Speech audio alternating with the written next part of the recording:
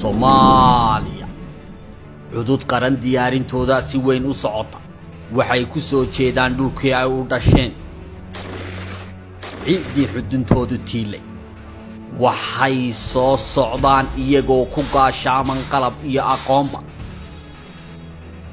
waxay ka simayeen damqashada raadadkii ay qulubtooda ku reebeen hadimooyinkii cadaawaha cidina aanay ka nabad galin ee muddo tirsiga halaagiyo dhibtiisu gashay gugii 16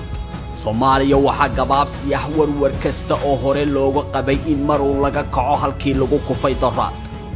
nayaayiro dhab loo jeedaalinaya la isla wada yaqiinsan yahay yididiilo dadaal lagu kabay baa dhan kastaba ka socota dhisma ciidan oo dheeliya xagal daac ka dheer yahay ayaa si xawliya ku socda waa dabada'yartii dalkan u dhalatay waxay galeen ciidamada kumanaan iyo kumanaan ku labisan aqoontii militariya tiknoolajiyadii u dambeysay ayaa dalka ku soo jeeda kumanaan kale waxay ku sii qulqulayaan faramaha cadaawaha dalku wuxuu ku wada jiraa 4 marxaladood oo isbarkan xaalad dagaal oo u muuqata in si dhab ah loo guddoonsaday ka taqalluska al-shabaab yagleelidda cudud qaran oo ahmiyadda koobaad labaad saddexaad iyo afraad ba laga dheehanayo in la siiyay dhismaha ciidamada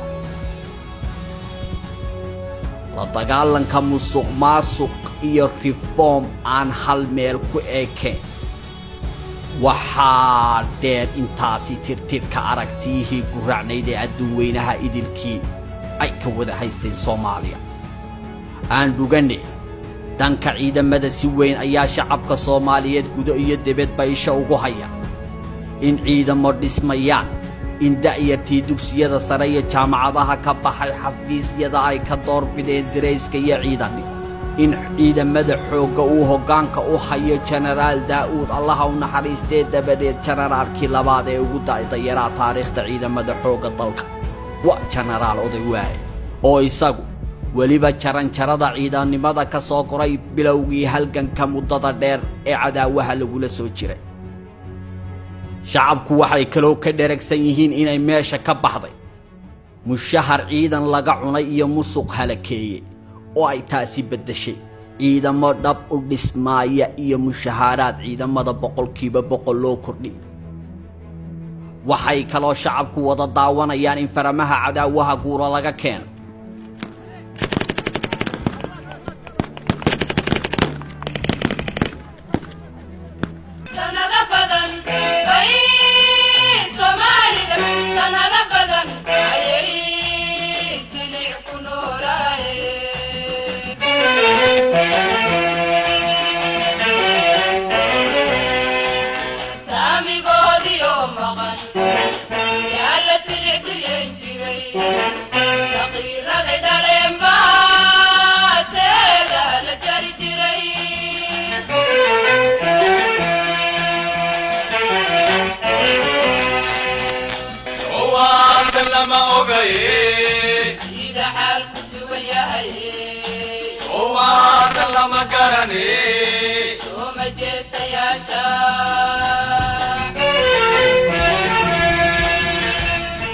iyo in su'aalaha haatan taagan ay qayb ka yihiin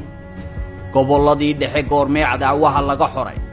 ciidamada shisheeye intee ka hadhay sagootintooda qaraxyadii bilaha iyo toddobaadlaha ahaan jiray waa kuwan meesha ka sii baxayee dabadeed maxaa xigi hase ahaatee aynu eegne dalku kolkuu doraadumay dabadeed la jabay dhanna aanu nabadgelin ciidamada qalabkooda iyo xoryahooduba ay israaceen waa tii laga dhigay galangal iyo goobaare haddaba kamanaanka daayartee soo dhammaystay aqoonta commandosta military ciidamada ka kooban cirdhul iyo badba ee hormo dalka ugu soo wajahan marka laga yimaado faramaha cadaawaha ay ka dagaalgalayaan xaggee loo diyaarshay xeryihii dumay barkood la gatay kuwa kale la qaybsaday qaar kale shisheeyaha la siiyay dib ma loo soo celiyay mase la dhisay xeryahaas hawl baa taale maxaa diyaar u ah ciidamada iyaba waa su'aale xaggee bay degi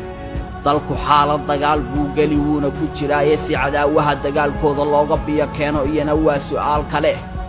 maxaa u qorshaa cisbitaaladii dumee damdaguugan iyo digaandagaha laga dhigay doraad tani waa caasimadda ummadda Soomaaliyeed ee Muqdisho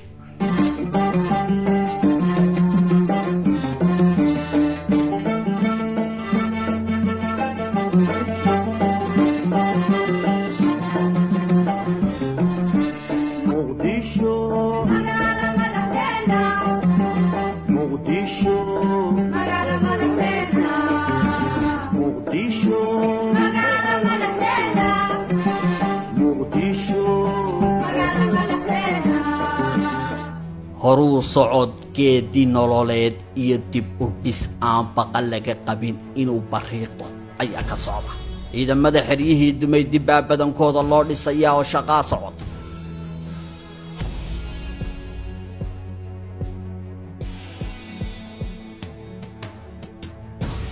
tani waa xeradii dimaayo oo diyaarinteeda waxba aanay ka dhinayn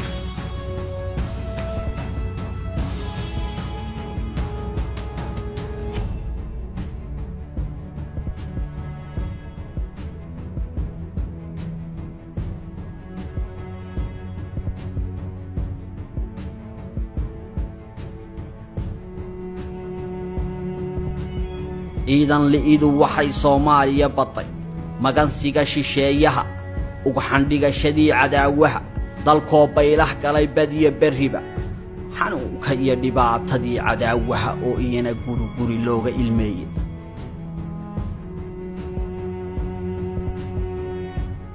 waxaynu diiradda wada jir u saari doonaa maxaa ka lilaahiya dib u soo noolaanshaha iyo diiladii naxashka saarnay